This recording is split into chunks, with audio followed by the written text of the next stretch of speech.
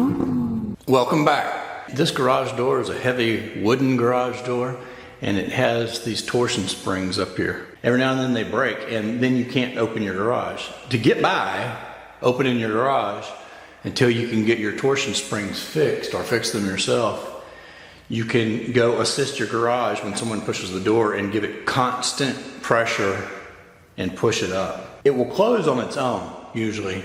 How do you know what kind of springs to replace these with? So these springs these days and for many years seem to be color coded. So that helps you out to a degree. And you can't tell because it's really kind of worn off, these springs. But if you look closely, you may see it painted red or green or something on the ends. And it's like spray painted literally on the springs. And that can give you an indication of the gauge of the spring, the size of the wire of the spring, because you want to replace it with the same strength. Now, the other thing is that they spray paint the end caps for a different reason, and I'll tell you about that in a minute. That's a good indicator of the gauge spring that you need to buy. In this case, mine were spray painted green, and I'll show you one of the replacements. They'll come wrapped usually in a plastic bag. I'm opening. They're brand new, never been opened. And you'll see a couple other markings on here. You see this is 243, that's the gauge of the spring. 2 inches, which means 2 inches is the inner diameter of this. 32 inches is the overall length, and R means right. The other thing to indicate that it's a right spring is kind of a standard in the industry to paint this cone over here, the one that you tighten down onto the bar, red. So red meaning right. After so many cycles, these springs will break. And once they break, they're useless because you can't put torsion on them anymore. There's literally torsion put on these springs by spinning this cone on the end and tightening it up so many revolutions. And you have to count those down, and then you tighten up the set screws, which are right here. When you replace these, you need to replace both because it's highly likely the other one's about to break. So always replace them in pairs. I've still got the one over here on this side it's under torsion right now. That's the one that didn't break, right? This is the one that broke. One thing I need to cover too is how do you know what springs to replace yours with? Well, you literally measure the length, and that length is going to be a little bit different than the relaxed spring. Now let me hold the new spring up here side by side and you'll see what I mean. This spring is under torsion. This one's not. And you'll see that it's almost the same, but it's elongated because it tightens. When you tighten it up, it becomes smaller in diameter and lengthens. So you want to measure this, the overall length of your spring, if it's not marked. And then it's going to be just slightly shorter. In this case, like 1.5 inches shorter. 1.5 inches to 2 inches shorter. And honestly, if you get it that close, it's not going to matter on the lifting power of that spring.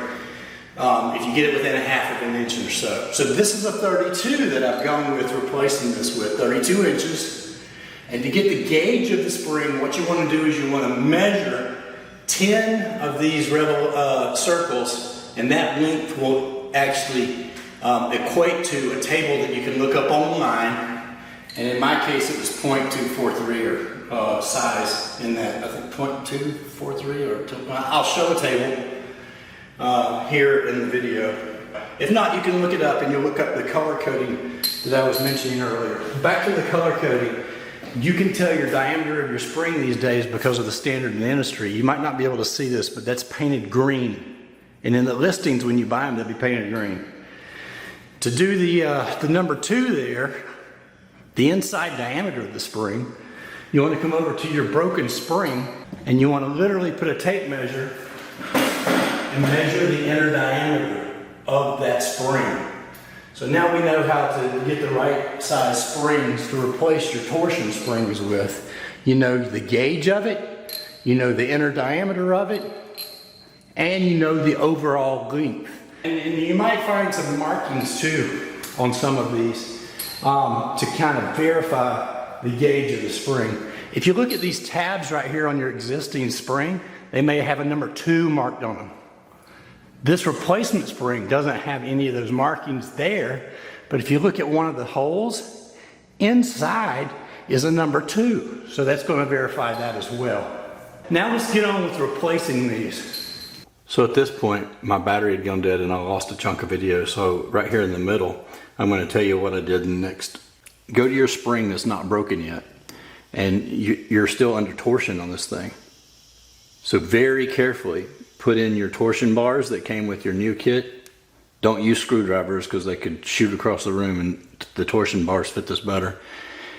And as you're holding the spring firmly, loosen up these set screws, and it will spin down, and then you'll put the next torsion bar in, and you will let the tension off of this very slowly, right?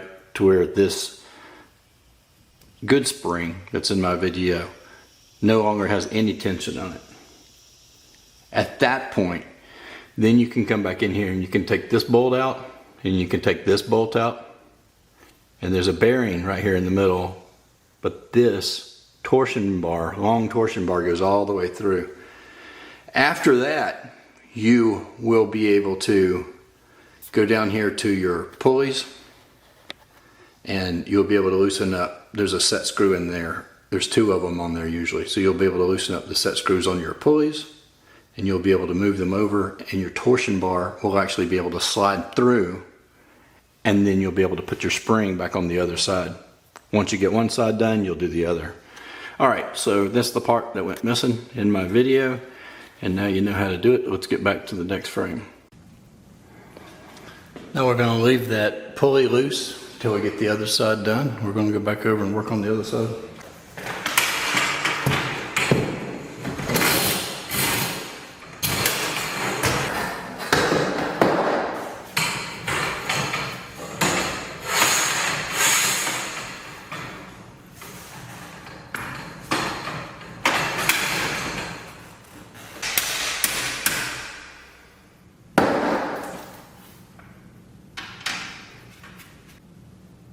Let's go back down the other side and tap this through, back through.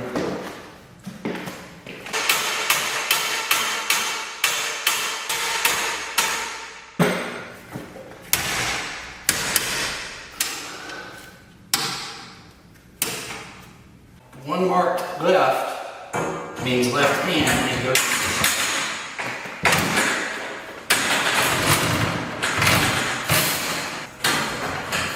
Back off your set screws to make sure this is going to go in.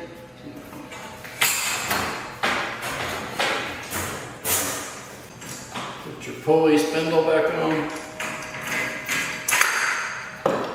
Put your bearing back on.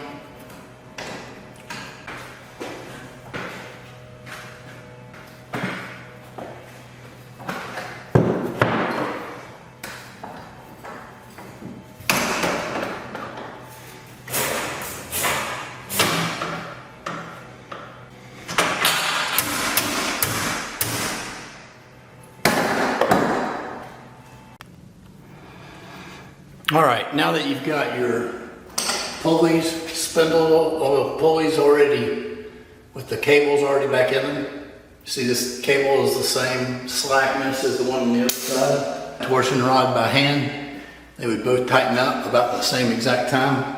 Now we're going to come back to the middle and put these bolts back through to connect the two.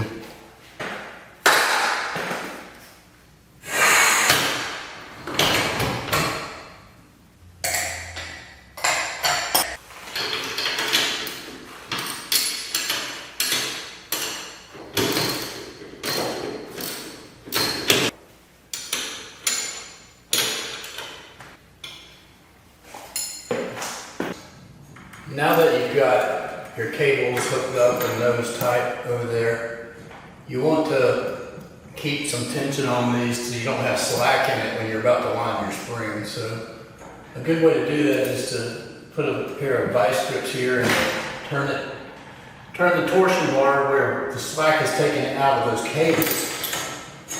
Once you do that, against the wall is where you can put those vice grips so they stay somewhat taut. You can double check your cables to make sure that they're in the grooves at this point. So here's what you want to do is you want to take your torsion bar in here. Remember these are loose. And you want to do it where there's a little bit of a spring on it, you see.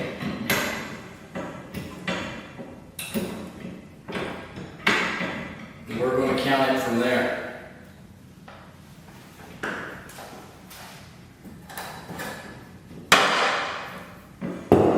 1. 14 is what we were on.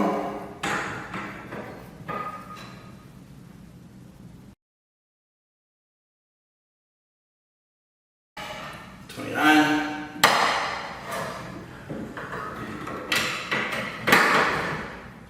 30. Come out here. That gets those springs away from each other to a degree. It didn't do anything really because there's no teeth. I'm going to do that lightly. Try that again.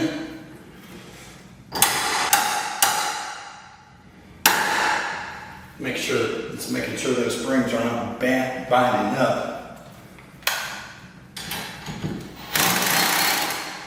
Take our vice grips off and then we'll rest it down a little bit. And you see they don't move. So now the pressure is on those cables that you checked earlier. But you still got to wind your other spring, and we'll do that now. 1, 2,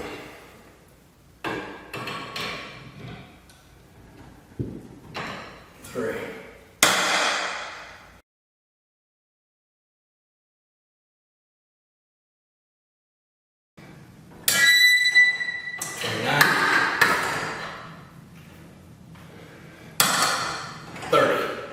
And put them in the same place. And make sure our springs are not bound up. And dial this torque up.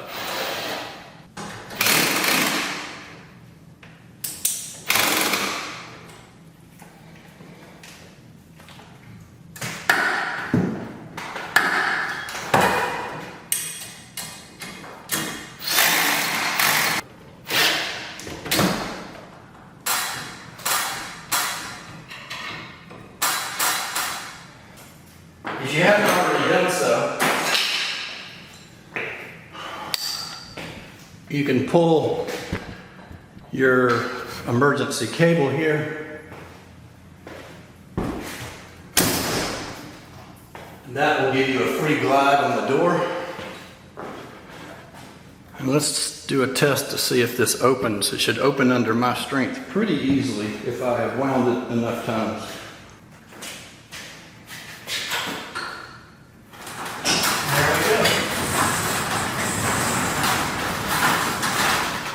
We can lift that, and we want to make sure it has enough strength to stay up there at the top.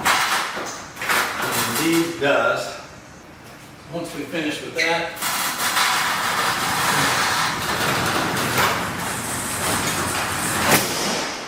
I'm going to come back in here.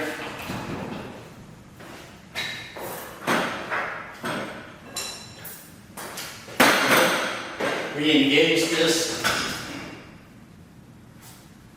Then we should be able to open the door.